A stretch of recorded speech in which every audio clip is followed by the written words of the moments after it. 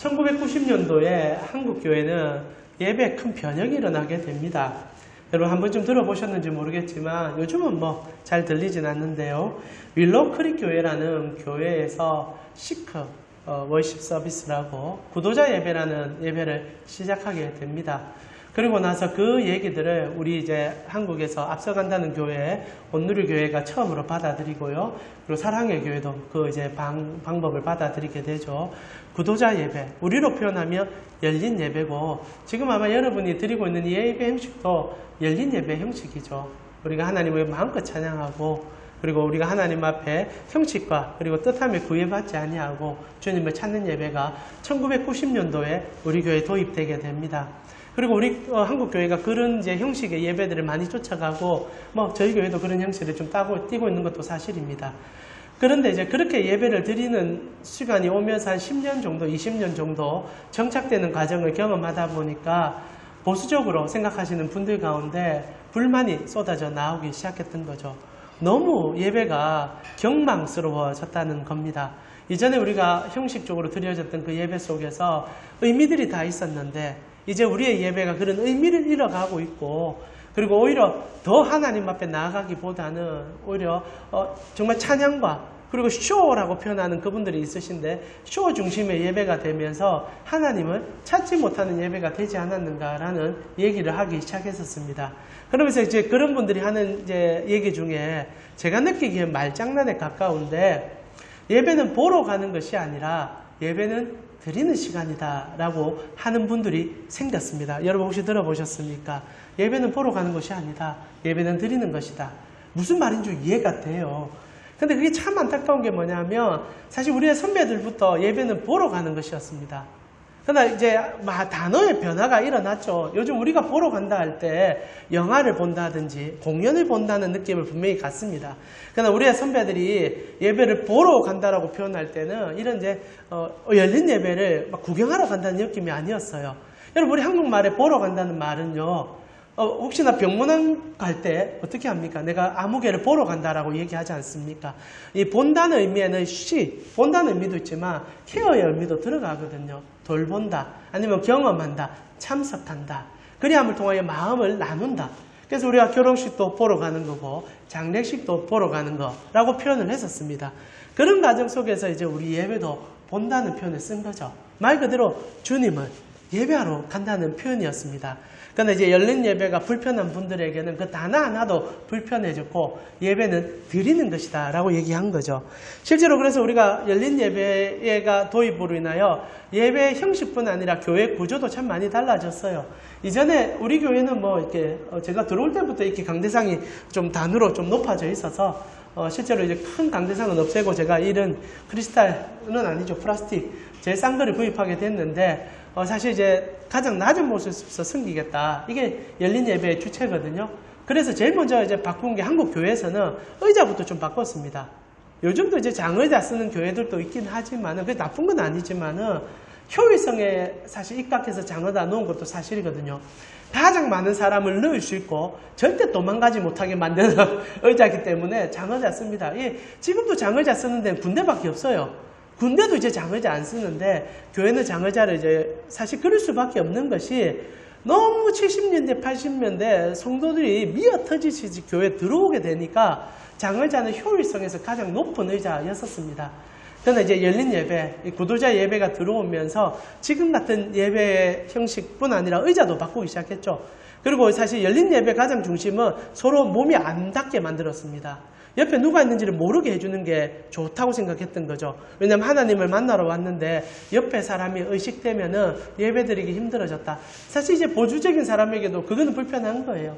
교회는 공동체인데 왜 그렇게 서로가 정말 그렇게 나아가게 만드느냐. 저는 그 말도 이해가 된다는 거죠. 그런데 말입니다. 제가 이렇게 예배에 대해서 변화나 사건에 대한 얘기를 하는데 보수적인 사람이나 진보적으로 이런 것을 열정적으로 바꾸는 사람이나 한 가지를 잃어버린 게 있습니다. 진짜 예배가 뭐냐는 그 단어의 정의를 잊어버리고 있다는 거죠. 여러분 예배의 형태를 바꾸고 모양을 바꾸고 의자를 바꾸고 찬양을 도입하는 것은 사실 도구일 뿐입니다. 중요한 것은 예배란 가치가 무엇인지를 모르고 예배를 드리면 그 아무 가치가 없다는 거죠. 실제로 여러분과 제가 읽고 있는 본문, 이 사마리아 여인에 대한 얘기는 그 인생의 구구절절함에 대한 이야기부터 시작됐다가 답을 주기 시작하는데 예배가 그 인생의 답이라는 결론으로 흘러갑니다. 오늘 우리가 읽었던 본문이죠. 그래서 오늘 우리가 나누는 이 예배라는 것은 한 사람의 인생을 바꾼 뿐 아니라 우리의 살아가는 인생의 전반을 바꿀 수 있는 가장 큰 힘이기도 한데 우리는 이것을 형태나 모습이나 아니면 같이 어떤 다른 분위기의 어떤 측면으로만 이해하는 것 같아서 안타까운 생각이 좀 듭니다. 그래서 오늘 저희는요, 제가 앞에 드렸던 이런 설명들을 여러분 좀 이해하시면서 진짜 예배가 무엇인가, 아니 성경이 말하는 예배는 무엇인가 우리 더듬어 찾아가 보았으면 좋겠습니다. 오늘 여러분과 제가 읽은 본문은요, 예배에 대한 이야기죠. 그리고 예배가 어떻게 주어지고 무엇에 대한 시간인지를 가르쳐주는 설명이기도 합니다. 근데 말입니다. 참 재밌는 거 이거 한번 설명해 봅시다.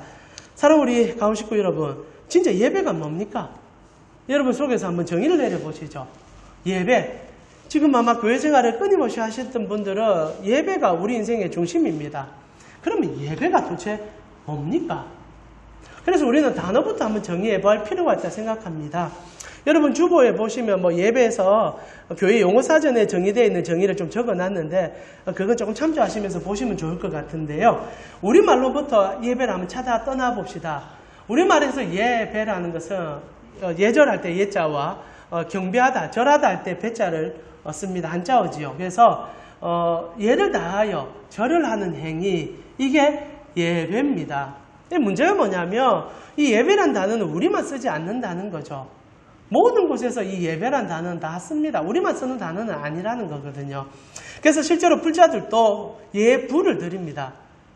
이제 부처께 정성을 다한다는 의미겠죠. 그리고 이슬람들도 예배를 드립니다. 단어 그대로 써요. 그들도 그들이 믿는 알라에게 경성을 다하고 절을 하지요. 나아가 여러 신들은 다 예배를 받아들입니다. 다 정성을 다하여 절하는 행위가 예배이기 때문이죠. 자, 그러하기 때문에 우리가 쓰는 이 예배라는 단어 안으로는 정말 하나님께서 우리에게 정말 원하는 그 예배란 단어를 쓸 수밖에 없지만 예배가 무엇인지를 가르쳐 주지는 못합니다. 그럼 우리는 당연히 성경에서 예배를 무엇이라 말하는지를 관심 있게 볼 필요가 있겠지요. 그래서 히브리적 관점에 제사라고 표현해도 되고요, 예배라고 표현할 때는 두 가지 단어를 쓰게 됩니다. 첫 번째 가장 많이 쓰는 단어가 아바드라는 단어예요. 여러분 주보에 좀 설명이 되어 있습니다. 이 아바드라는 단어는 단어 뜻만 살펴본다면 봉사, 섬김이라는 단어를 갖고 있습니다. 그래서 영어로 번역하게 되면 서비스라는 단어가 나오기 시작하는 거죠. 그래서 예배는 봉사를 드리는 거고 서비스하는 것이다, 섬기는 시간이다 라고 생각하는 거예요. 실제로 구약 이스라엘의 제사는 그랬지 않습니까? 봉사 그 자체예요. 양을 잡아야 되고 불태워야 됩니다. 정말 심각할 정도로 노동 행위가 들어갑니다. 그러니까 이제 아바드라는 단어가 나오는 거예요. 정말 최선을 다해서 섬기는 시간, 높여드리는 시간, 정말 다하는 시간, 그래서 고생하는 시간, 이게 이제 예배의 한 중심축입니다. 거기다 또 많이 쓰이는 단어가 샤하라는 단어입니다. 이 단어는요, 엎드리다, 굴복하다라는 단어죠. 실제로 이제 종이 주임께 하는 행동을 샤하라는 단어를 씁니다. 근데 이거 예배로 쓰는 거죠. 그러니까 하나님이 우리의 주인이다. 그리고 우리는 주님 앞에서 종이다라는 것을 고백하고 보여주는 시간이 예배고 제사 행위였다라는 거죠. 그래서 두 단어를 가장 중심적으로 씁니다. 그래서 아바드, 사하, 우리가 주님 앞에 최선을 다하여 섬기고 그리고 주님 앞에서 우리가 종이됨을 드러내는 시간, 이게 예배라는 거지요. 그러다 보니까 영어도 예배라는 단어를 두 가지로 씁니다. 우리만 예배라 쓰지 영어적 표현에는 월십이라는 단어와 서비스라는 단어를 함께 쓰게 되어 있습니다. 그리고 영어식 표현으로 예배 드리다라고 하면 어떻게 됩니까? 월십 서비스라고 표현하지요. 두 가지 단어를 합쳐서 쓰게 됩니다. 같은 의미를 아마 이제 히브리적 감정 아바드와 샤하라는 단어를 영어적으로 번역했던 것 같아요. 월십이라는 말이 뭡니까? 여러분 주보에도 표현이 되어 있지만 월스, 내가 가장 중요하게 여기는 가치, 실제로는 돈, 부 이렇게 해석해도 됩니다. 그래서 제일 중요한 가치를 드리겠다라는 의미죠. 그래서 월십이라고 표현합니다. 그리고 서비스, 아까 말했던 아바드의 의미죠. 주님 앞에 내가 최선을 다하여 섬기는 자세. 그래서 교회에서 예배 드릴 때는 노는 시간은 아니고 듣는 시간은 아닙니다. 정말 최선을 다하여 봉사하는 시간이기도 하죠. 온 마음을 다하여 나아가며 때로는 예배를 위하여 크고 작은 섬김까지도 예배로 들어갈 수 있다. 이 표현입니다. 그래서 아바드, 샤 이 두 단어가 예배의 중심적 단어가 되겠지요. 자, 여기까지 제가 설명을 했었습니다. 그럼 여기 부분의 머릿속에 예배는 무슨 단어로 정립될 수 있습니까? 아바드와 샤. 영어로 표현하면 월십과 서비스. 내 중요한 모든 가치를 주께 올려드리는 시간. 그리고 주님께 최선을 다하여 온 마음과 온 몸을 다하여 섬기는 시간. 이것이 예배다라고 얘기할 수 있을 것 같습니다. 그런데 말입니다. 이게 좀 문제가 있어요. 이렇게 생각하고 이렇게 단어적 유추를 하기 시작했기 때문에 실제로 우리에게 있어서 예배는 섬기고 그리고 하나님 앞에 온 마음을 드리고 주님을 찾는 시간이 되어진 건 맞습니다. 근데 이게 세상에서 드리는 예불이나 이슬람에 드리는 예배나 그리고 무속신앙에서 드리는 예배와 무슨 차이가 있습니까? 제가 볼 때 아무 차이가 없어요. 신만 달라질 뿐이지 실제로 달라지지 않습니다. 여러분, 예배라는 것이 마음에 가장 중요한 가치를 드리는 것이라며 실제로 이거는 신이 없어도 괜찮아요. 오늘은 모든 사람은 다 예배자들입니다. 여러분, 우리가 교회 안 와도 예배합니다. 세상은 무엇을 예배합니까? 돈을 예배해요. 월십이 맞아요. 내가 가장 중요하게 생각하는 가치에게 절을 한다면 그게 돈이 될 수도 있고 직장이 될 수도 있고 사람이 될 수도 있습니다. 나아가 실제로 우리가 예배할 때 가장 극랄한 예배 중에 하나는 나를 경배하는 경우입니다. 내가 숭배가 되고 내가 좋아지는 거죠. 내 몸을 예배하고 내 건강을 예배하고 내 가치를 예배하는 것이 세상입니다. 그래서 세상도 끊임없이 예배하고 있는 거예요. 그리고 많은 이단 종파들도 다 예배하고 있습니다. 그럼 질문할게요. 그럼 우리만의 예배는 다른 게 뭡니까? 실제로 가치의 변환을 찾지 못한다는 거예요. 그러니까 제가 느끼기에 많은 교회들이 이 예배의 가치를 문자 그대로만 이해하다 보니까 실수를 많이 해요. 제가 들었던 예배에 대한 가치를 이렇게 늘 생각하는 분들이 있습니다. 우리 교회 분들이 제가 느끼기에 간혹 지각을 조금씩 합니다.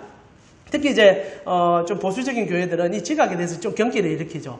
최근에 제가 들었던 제가 정말 좋아하는 목사님인데 예배에 대해서 지각하지 않음에 대해서 얘기하면서 이렇게 얘기합니다. 왜 예배의 가치가 무엇인지가 한번 고민되는데 보통 이제 정말 한국 교회에서 제일 많이 쓰는 예가 뭐냐? 대통령 만나러 갈 때도 1시간, 2시간 전에 갈 건데 만왕의 왕이신 하나님을 예배하러 오는데 어떻게 지각할 수 있냐? 이런 얘기 참 많이 합니다. 많이 들어보셨죠? 그런 얘기 많이 하죠. 자, 아마 그분에게는 예배라는 것은 오늘 이 앞에 말했던 두 가치, 정말 하나님 앞에 월십 아니면 서비스 이 가치가 있기 때문에 그렇게 말할 수 있는 것 같아요. 나아가 예배의 가치가 우리의 헌신과 봉사, 우리의 모든 것들을 주님께 올려드리는 가치라면 구약적 표현으로 하면 여러분 절대 빈손으로 와서는 안 되는 게 또 예배가 됩니다.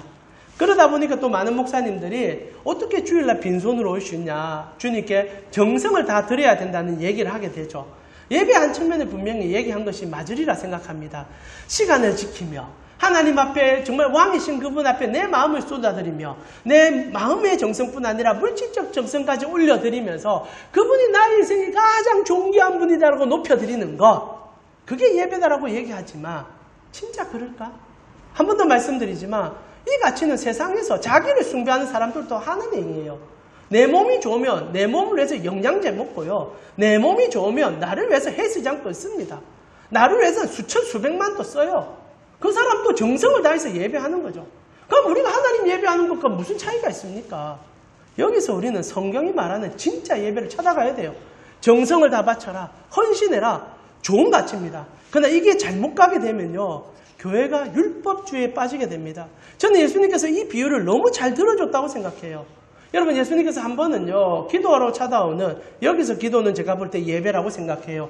성소에 찾아와 주님을 찾는 두 사람을 보게 됩니다. 한 사람은 바리새인이었고 한 사람은 세리였습니다. 세리가 바리새인이 이렇게 기도해요. 예배를 드리는 겁니다. 주는 저는 1회에 한 번씩 헌금하고 금식하고 주님을 위해서 최선을 다합니다. 누가 봐도 저는 저의 헌신에 대해서 자신할 수 있습니다. 저는 정말 노력합니다. 주님 바라볼 때도 얼마나 귀한 줄 모릅니다. 저는 저 세리와 다른 사람입니다. 정말 주님을 위해서 최선을 다해서 살았습니다. 근데 세리는 찾아와 어떻게 합니까? 엎드러집니다. 주님, 나는 죄인입니다. 나는 정말 주님을 자주 찾아올 수도 없고 사람들의 눈이 보여서라도 주님 앞에 나오는 것도 용기가 필요하지만 오늘은 주님을 찾아올 수밖에 없었습니다. 주님, 내 마음을 받아 주시옵소서. 근데 예수님께서 뭐라고 얘기합니까? 바리새인은 하나님을 모르는 사람이고 이 세리는 주님을 만난 주님의 사람이라 얘기해 줬습니다. 그렇다면 우리의 예배는 정성이 아닌 거예요. 헌신이 아니다라는 겁니다.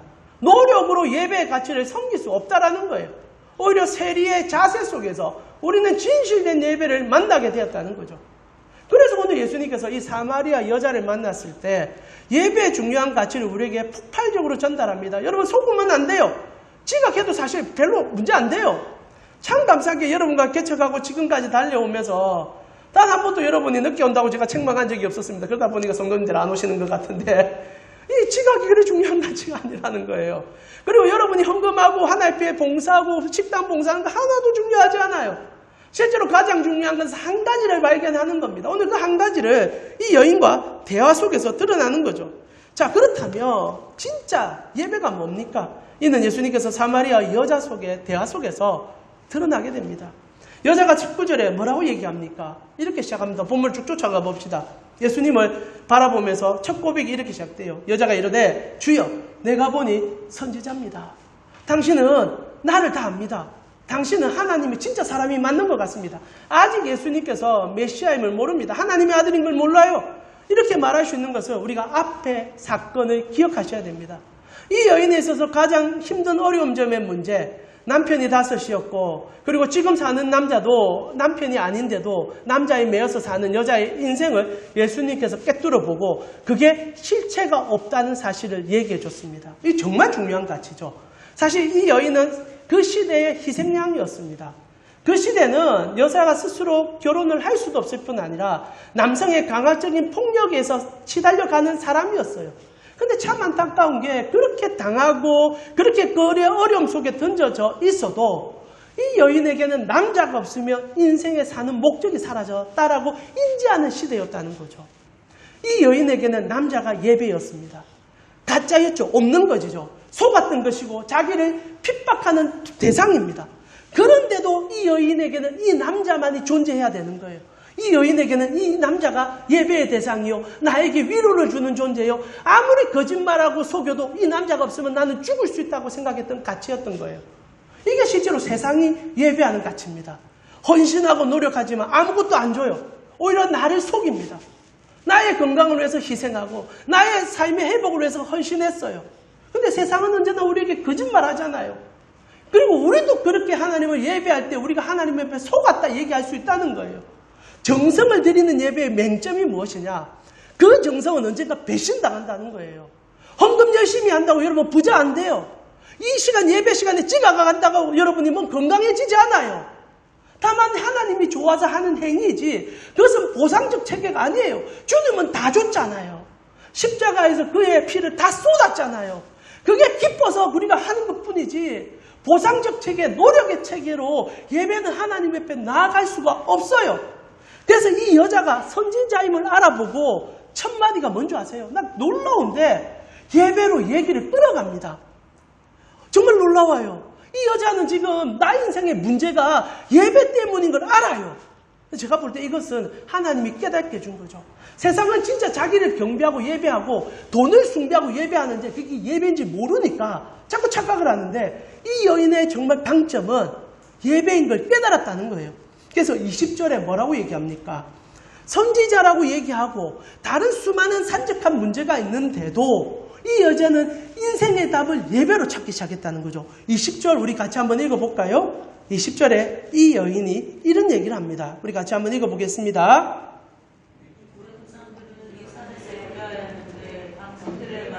예배할 곳이 예루살렘에 있다 하더이다. 당신 선지자입니다. 그리고 내 인생의 답을 아는 분 같습니다. 그리고 저에게 답을 좀 주십시오. 예배가 중요한 거 압니다. 이렇게 안겨된 것은 하나님이 깨닫게 해준 것 같아요. 그런데 제가 이때까지 예배를 잘못 드린 것 같은데 진짜 어떻게 예배를 드려야 됩니까? 내가 사람들에게 들어보니까 예배는 우리 사마리아인들은 이 사마리아에 있는 이 성전에서 예배 드려야 되는데 알다시피 이 성전은 당신들이 파괴했지 않습니까? 그래서 우리 예배 초소가 지금 없어요. 그러니까 우리가 이리 힘든 것 같아요. 근데 실제로 제가 들어보니까 당신들은 예루살렘에서만 예배드리며 그 예배가 진실되다 하는데 그렇게 드려야 내 문제가 해결될 수 있습니까? 이런 얘기하는 거죠. 근데 이 얘기가 굉장히 신학적입니다. 왜냐하면 하나님께서 예배는 한 곳에서 받는다 얘기했기 때문입니다. 그리고 실제로 물리적으로는 예루살렘이었죠. 그런데 여러분 아시죠? 그 그림자인 거. 예루살렘은 샬렘을 주겠다라는 의지적 표현이었습니다. 샬렘이 뭡니까? 평안 아닙니까? 평화의 왕 예수 그리스도가 오기 전까지만 그림자로 한 곳을 보여준 거죠. 실제로 예배는 한 곳에서만 드려야 됩니다. 장소가 아니라 예수 그리스도 한 분으로 드리는 게 예배죠. 그래서 이 여인이 장소를 얘기한 것은 사실상 어찌 보면 한계성 안에서의 자기의 최대의 답이었어요. 근데 예수님 뭐라고 얘기합니까? 아니야. 예배는 그런 게 아니야. 장소는 하나도 중요하지 않아. 그러면서 21절에 예수께서 답을 주기 시작합니다. 진실된 예배에 대한 답이지요. 예수께서 이르시되 여자여 내 말을 믿으라. 이 산에서도 말고 예루살렘에서도 말고 너희가 아버지께로 예배할 때가 온다. 그리고 우리에게 왔다. 이제는 장소도 아니다. 그리고 헌신도 아니다. 노력도 필요 없다.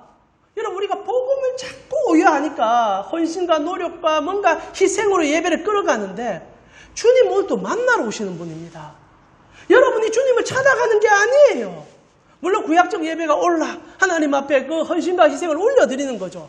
그러나 실제로 올려드릴 수 있는 이유가 뭡니까? 어린 양이 우리 대신 죽어줬으니까. 예배는 우리에게 찾아온 주님을 만나는 시간이에요. 여러분이 지각하는 그 시간에도 주님은 버스에 준 여러분이 만나러 갑니다. 시공간을 초월하여 여러분이 급한 마음에 쫓아올 때도 쫓아오는 손을 잡고 뛰는 분이 예수님이에요. 그러니까 못 지각했다고 뭐 예배 질이 떨어지고 헌신 못했다고 예배가 그렇게 떨어지는 게 아니다라는 거예요. 주님께서 얘기합니다.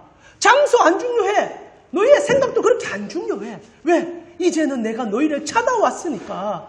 예배의 혁신은요. 장소와 공간과 우리의 생각과 다 뛰어넘어 그분이 달려오는 데 있습니다. 그리고 주님께서요. 정말 이상한 얘기를 시작합니다. 그게 22절이죠. 이거 해석을 제대로 해야 됩니다. 23절까지. 그래야 여러분이 2024년에도 진짜 예배드림으로 인생의 문제를 해결한 받을 수가 있어요. 22절 같이 한번 읽어볼까요? 같이 읽겠습니다. 너희는 알지 못하는 것을 예배하고 우리는 아는 것을 예배하노니 이는 구원이 유대인에게서 난다. 자, 첫 번째 예수님께서 여인에게 얘기합니다. 너희는 복수를 쓰고 있죠. 그러니까 여자를 향한 얘기가 아니라는 거예요. 지금 예수님께서 여자와 대화하지만 우리 모두를 위해서 얘기를 하고 시작합니다. 그리고 오늘 예배에 대해서 오해하셨다든지 고민하는 분이 있다면 이게 내 얘기라고 생각하시면 돼요. 너희는 알지 못하는 것을 예배하고 있다. 실제로 제가 예배에 대한 단어를 정립할 때 우리의 예배의 맹점을 얘기했습니다. 우리 모르고 예배 드리는 거예요. 그냥 열심히 앉아서 희생하고 헌신하고 최선을 다하고 봉사 열심히 하면 예배 잘 드렸다고 생각하는데 이건 모르는 거예요. 실체가 없는 거예요. 그런데 그렇게 열심히 봉사하면 대리적 만족이 옵니다. 내가 이 교회에 중요한 사람이구나. 내가 오늘 하나 잘했구나. 그리고 설교도 똑같아요. 내 마음에 가려운 것을 싹 긁어주고 또 재밌는 얘기 하나 해주고 그리고 좀 눈물과 웃음을 주며 아우 기뻐.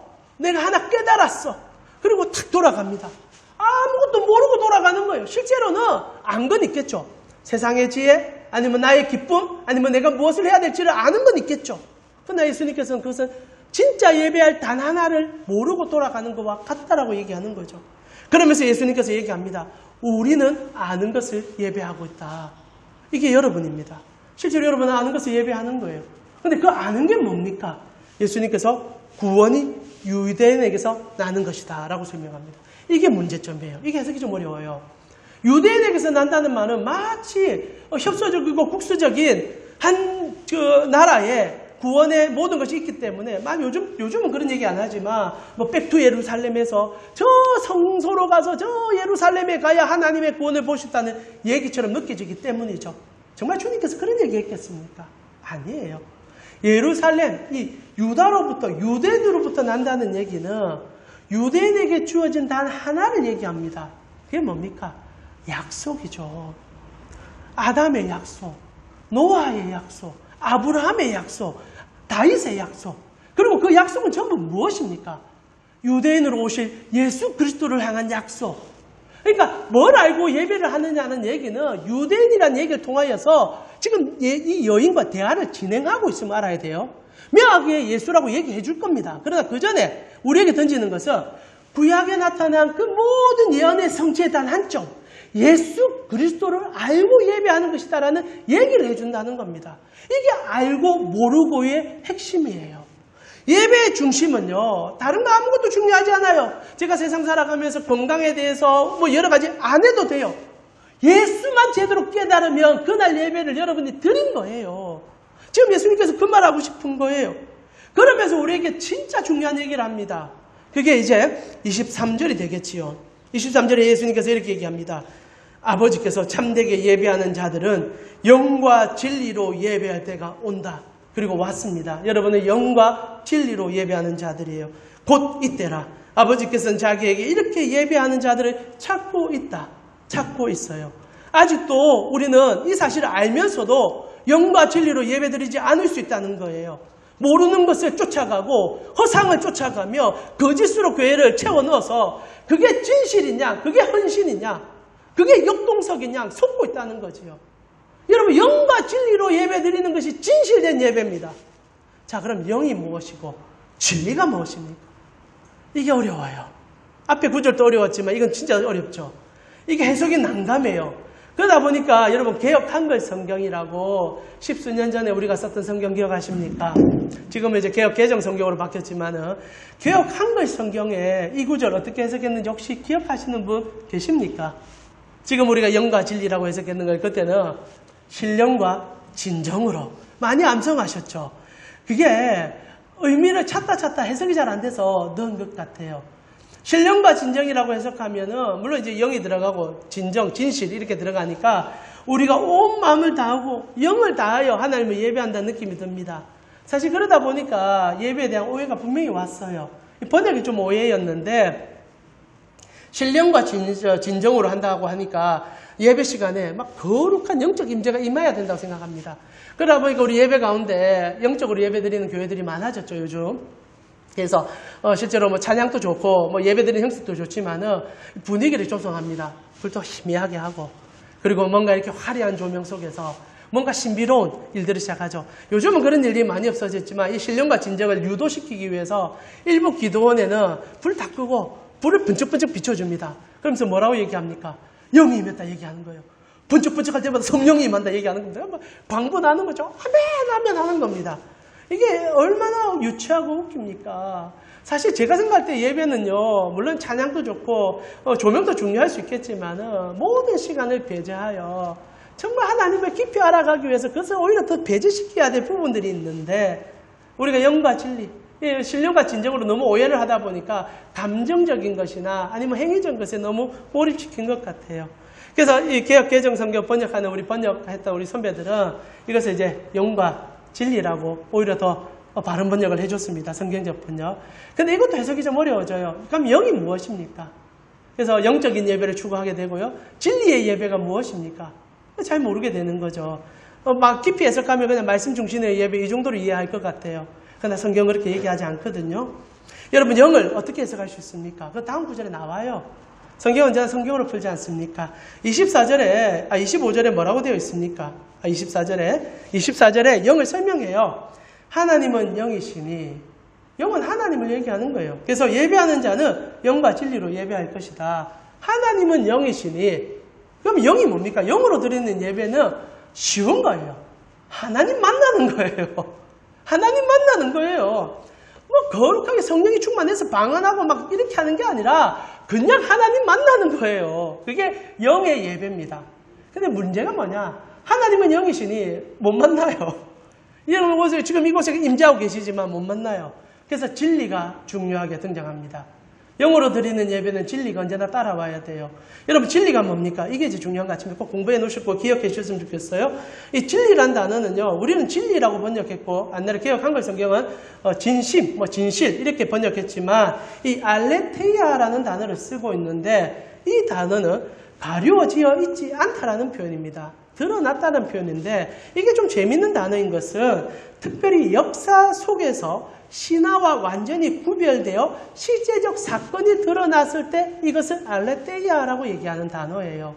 그러니까 이 진실이라는 단어는, 진리라는 단어는 실체가 명확한 사실, 드러난 사실, 역사 속에서 증명된 진실을 얘기한다는 단어죠. 이게 무슨 말입니까? 어려운 단어가 아니잖아요. 역사 속에 드러난 실체, 영이신데 영이 역사 속에서 실체하여 드러났다. 뭘 얘기합니까? 예수 그리스도죠. 예수 그리스도. 우리가 늘 얘기하잖아요. 우리가 저번 주에도 얘기했지만 요한복음에 빌립이 물어봅니다. 하나님 보여주세요. 예수님 뭐라고 합니까? 너 나하고 그렇게 3년간 교제했는데 왜 계속 하나님 보여달라고 하느냐? 나를 본 자는 하나님을 본 자와 같다. 영을 하나님이라고 표현한다면 진리는 예수 그리스도예요. 실체가 되어 우리 가운데는 하나님, 그분을 얘기하는 겁니다. 그래서 예배가 무엇입니까? 영이신 하나님과 성삼위 하나님이라고 표현합시다. 성삼위 하나님을 본질적으로 만나는데 만나기 위해서는 예수 그리스도밖에 없다는 얘기를 해주는 거예요. 여러분, 하나님을 어떻게 알 수 있습니까? 예수밖에 없어요. 하나님의 은혜를 어떻게 경험할 수 있습니까? 예수밖에 없어요. 오직 예수 통하지 아니하고는 하나님을 볼 수도 없고요. 예수 통하지 않고는 그분의 뜻을 알 수가 없어요. 그래서 예배라는 것은 예수 아는 시간이고 예수가 하신 얘기를 하는 얘기고 그리고 그분의 영적 진리를 깨달아가며 성삼위 하나님께 도달하는 시간입니다. 예수를 알고 예수로 나아가 예수로 끝나는 시간이 예배인 거예요. 이게 저만 하는 얘기인 줄 아십니까? 이 영과 진리로 예배한다는 얘기를 이 여인에게 던져주니까 여자가 바로 깨달아요. 너무 안타까워요. 왜 한국교회가 이걸 못 깨달은지 모르겠어요. 예배요. 정성 없어도 돼요.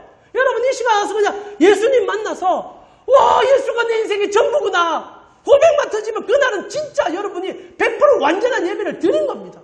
여자가 뭐라고 얘기합니까? 25절에 영과 진리로 예배 드려야 한다. 25절에 여자가 이르되 메시아 곧 그리스도 하는 이가 오실 줄을 내가 아노니 그가 오시면 모든 것을 우리에게 알려줄 겁니다.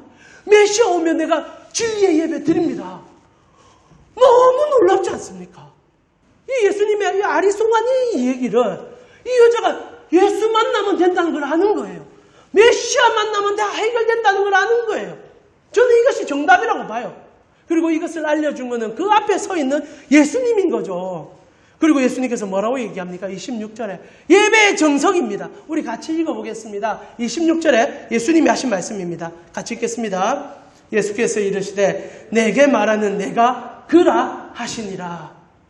예배는요, 나에게 말하는 그를 만나는 시간입니다. 그분이 나에게 무슨 얘기를 했는지를 듣는 시간입니다. 시작도 끝도 예수로밖에 없는 시간입니다. 들어와서 예수 생각하고 나갈 때도 예수를 생각하는 시간이 예배입니다. 봉사도 중요하고 희생도 중요하고 노력도 중요합니다. 그러나 예수 없는 헌신, 희생 아무 가치 없어요. 오히려 그것을 모르고 할 때가 우리에게 더 병폐를 일으킨 걸 기억하셨으면 좋겠어요. 이 여인의 변화는 극단적입니다. 오늘 메시아를 만나게 되었어요. 예수로 예배드리는 걸 깨닫게 되었어요. 그리고 이 여자가 이때까지 예배했던 것을 버려버립니다. 헌신, 노력, 희생 다 버립니다. 28절에 우리가 읽지 않고 우리 다음 주에 더 깊이 보겠지만은 이 여자의 극단적 행동이 하나 등장합니다. 28절이죠. 우리 같이 한번 읽어볼까요? 4장 28절입니다. 함께 읽겠습니다. 여자가 물동이를 버려두고 동네로 들어가서 사람들에게 이르되 29절도 내가 행한 모든 일을 내게 말한 사람을 와서 보라. 이는 그리스도가 아니냐. 이 여자가요. 그 정오에 물을 뜨러 바가지를 들고 올라왔습니다. 이 여인에게 있어서 우상은 수만 가지였습니다. 그리고 그 우상을 섬기기 위해서 이 물은 자기 인생의 필수적인 것이었어요. 이거 떠가야만 또 남편에게 사랑받을 수 있고 이거 떠가야 하루를 살아갈 수 있습니다. 우상이에요. 만들어진 거예요. 그러나 몰라요. 그리고 이걸 예배하고 있는지도 몰랐어요. 그런데 예수님 만나고 나자 그렇게 중요하다고 생각했던 것을 그냥 두고 가버립니다. 물론 저의 생각에 나중에 정신 차리고 돌아와서 찾아갔을 거예요. 우리처럼. 돈 없이 어찌 삽니까? 당연히 달아가지고 그리고 여러분 내일 내보세요. 이 설교 듣고 나서 예수로 살아야지. 직장에 내일은 쉬는 날이군요. 그럼 인조위하면서 어디서 놀다 보면 주님 사라지죠. 저는 제 생각에 이 여자 이렇게 하고 나서 당장 어이구 내 중요한 물동이 찾아갔을 거라 생각합니다. 그러나 예배드리는 그 순간에 이걸 잊었다는 게 중요하다 생각해요. 어쩌다 우리는 예배 드리는데 아직도 물동이 생각하는지 모르겠어요. 교회 와서 예배 드리는데도 물동이 달라고만 생각하고 자꾸 이 예배 잘 드려서 물동이 채우려고만 생각하는 거예요. 예배 시간만이라도 물동이를 잊어버려야 되는데 못 잊어버리는 거예요. 근데 물동이는 어떻게 잊어버릴 수 있습니까? 예수를 강렬하게 만나면 잊어버리는 거예요. 나중에 찾아갈 요량이라도, 나중에 필요한 걸 알지라도, 예배 드릴 때만이라도 교회 와서 주차봉사, 우리 교회는 주차봉사 없군요. 주차봉사 어찌해야 되는지, 식단봉사 어찌해야 되는지 아무 중요하지 않아요. 들어오는 순간부터요, 지각해도 괜찮아요. 좀 늦어지면 더 조급하게 와서 예수님 늦었습니다. 예수님 보고 싶어요. 또 오면 돼요.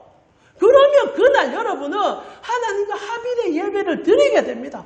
그리고 가슴 벅차게 집으로 돌아가세요. 돌아가다 또 까먹을 겁니다. 물동이 어디 갔냐. 그래서 우리가 매주 예배 드리지 않습니까? 매일 저녁마다 말씀 듣지 않습니까? 예배. 예수로 시작하여 예수로 끝나는 시간. 이것을 여러분이 회복하면요, 삶 속에서 이 여인이 맛본 기쁨이 서서히 드러납니다.